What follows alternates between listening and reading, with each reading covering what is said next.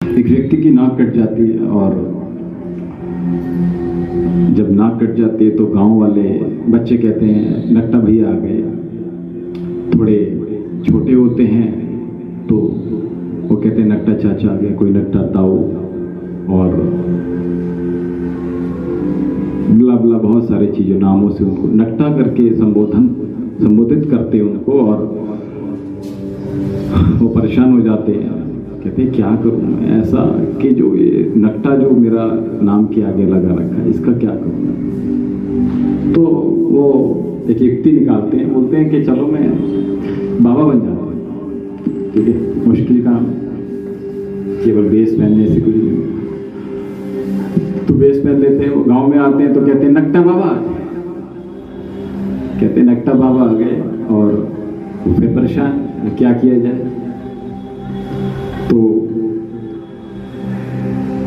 वो एक दिन क्या करते हैं कि अपने जहाँ पे जो विराजमान होते हैं, वो आश्रम टाइप समझ लीजिए, वहाँ पे लोग आते हैं तो कहते हैं आज मैं उनको बताकर मानूंगा। तो एक सज्जन आते हैं कुटिया में, बोले कि नाक कैसे कट गए। तो कहते हैं चलो मैं बताता हूँ। आज सब लोग बैठे हुए, वो कहते हैं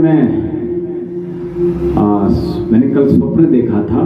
तो स्वप्न में मैंने एक बार स्वप्न देखा था, उसमें भगवान ने मुझे दर्शन दिए और दर्शन देकर कहा बताओ क्या मांगते हो।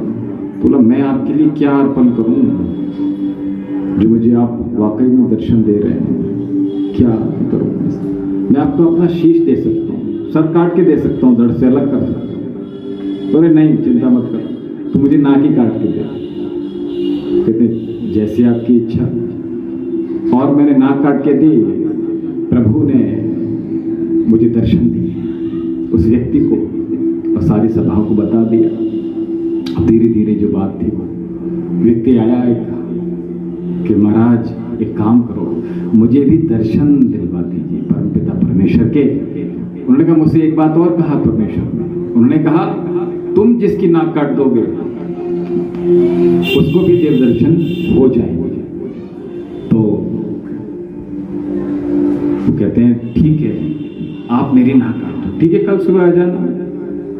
और सवेरे वो आ जाता है, उसकी नाक काट देते हैं। आप वो नाक कट दोगे, लेकिन अब देव हूं तो दर्शन दे। कोई दर्शन नहीं। वो कहता है भैया दर्शन तो कोई हुआ नहीं महाराज, आपने मेरी नाक क्यों कटवा दी। बोले मुझे कोई दर्शन नहीं हुआ, मुझे कौन सी होगा दर्शन। तो कहते अच्छा एक से भले दो। अब थोड़ी शांति मिली उन्हें, एक से भले दो हो गए। वो कहते हैं चिंता मत करो महाराज, मैं हूं आपके साथ, हम दोनों ही कटी, अभी चिंता मत करो, आगे देखो क्या क्या। 30 लोगों को देव दर्शन कराने के लिए सबकी नाक करना। 30 से 300 होते हैं, 300 से 3000 हो जाते हैं। और सबकी नाक कट जाती है। लेकिन हम और आप, अब इतने सारे लोग जब बोलते हैं तो यकीन किया जाएगा ना, बोलो किया जाएगा कि भैया वाकई में दर्शन हो रहे हैं उस परम पिता परमेश्वर के। एक को हुए तो 3000 लोग, ये बड़ी संख्या वाले लोग। तो हम लोग भी यही कर रहे हैं एक्चुअली कि अभी साईं लास्ट कुछ दिनों में आपने देखा बहुत ऐसे भीड़ जहाँ जाते हैं, अपनी युक्ति अपनी बुद्धि विवेक का इस्तेमाल कभी नहीं करते। और हम भीड़ के साथ में हमेशा एक चीज होती है, पता है क्या? भीड़ के साथ में एक शब्द जुड़ा हुआ है भाड़। भीड़ आपको कहीं नहीं ले जाती, भीड़ आपको केवल भाड़ में ले जाती एक्चुअली। और यहां जो आपने भी फील किया तो एक्चुअली देव दर्शन वही है। You have a divine soul so you can see here. दिल में छुपी है तस्वीर यार, जरद गतन झुकाई और देख ले, क्या आवश्यकता थी। कल मैंने मीरा का आपको एक संबोधन बताया था, है इसीलिए कि वाकई में देव दर्शन होने हैं, उसके लिए भीड़ की आवश्यकता नहीं है। आपको साधना वो तब करनी पड़ेगी। और मैंने कहा एक चीज और, क्या कि आपके भीतर मन में, विचारों में, भावनाओं में, व्यवहारों में, आसपास के लोगों के साथ जिसमें सम्मिलित होते हैं आप लोग, उसमें कृष्ण, राम, शिव, माता पार्वती, आपके आराध्य देव, इष्ट देव कोई भी हो सकते हैं, लेकिन अगर उनको आप जरा गौर से देखेंगे कभी भी, तो आपको उनके पीछे एक प्रकाश, divine light, what I am saying, वो ही दिखाई देगा।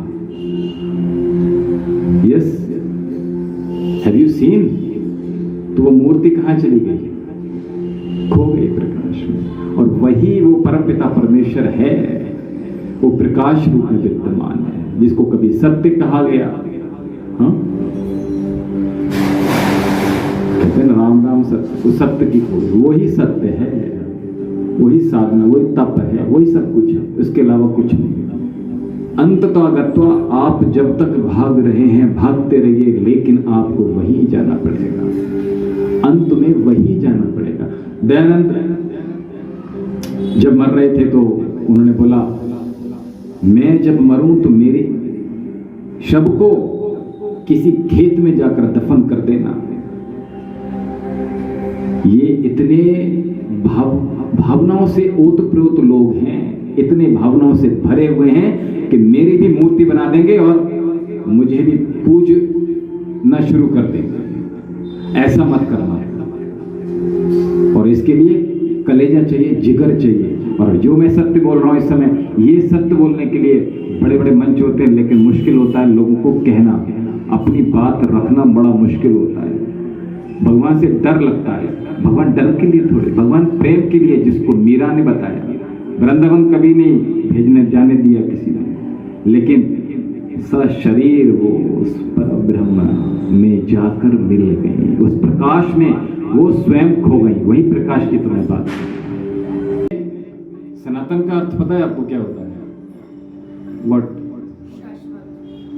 और कल मैंने बताया, आई टोल्ड यू, वो जो कालांतर से था और आज भी वैसा ही है, वो एक सा रहे हमेशा, शाश्वत।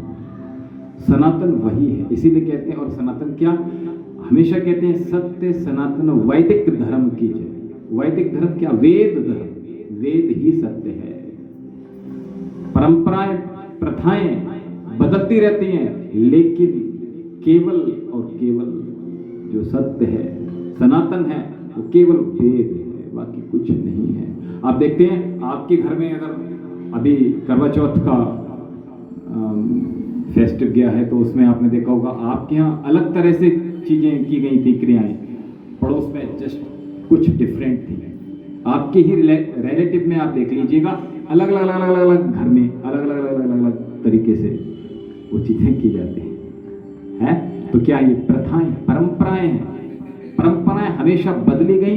अभी नई बहू आपके घर में आ जाए, शादी हो जाए बेटे की, फिर वो तो कहेगी नहीं भैया हम तो इधर मुंह करके पूजा करेंगे। बोलो, मैं वही काम कर रहा हूं। जो चीजें आपकी बिखरी हुई हैं, जो ऊर्जाएं आपकी इधर उधर आपकी व्यय हो गई हैं, उनको एक जगह संगठित करके, एक जगह संकलित करके उनको आप ऊर्जावान बनाएंगे, ताकि आपके जीवन में वो सौहार्द, वो प्रेम, वो शांति, वो सुख, समृद्धि बढ़ती चले।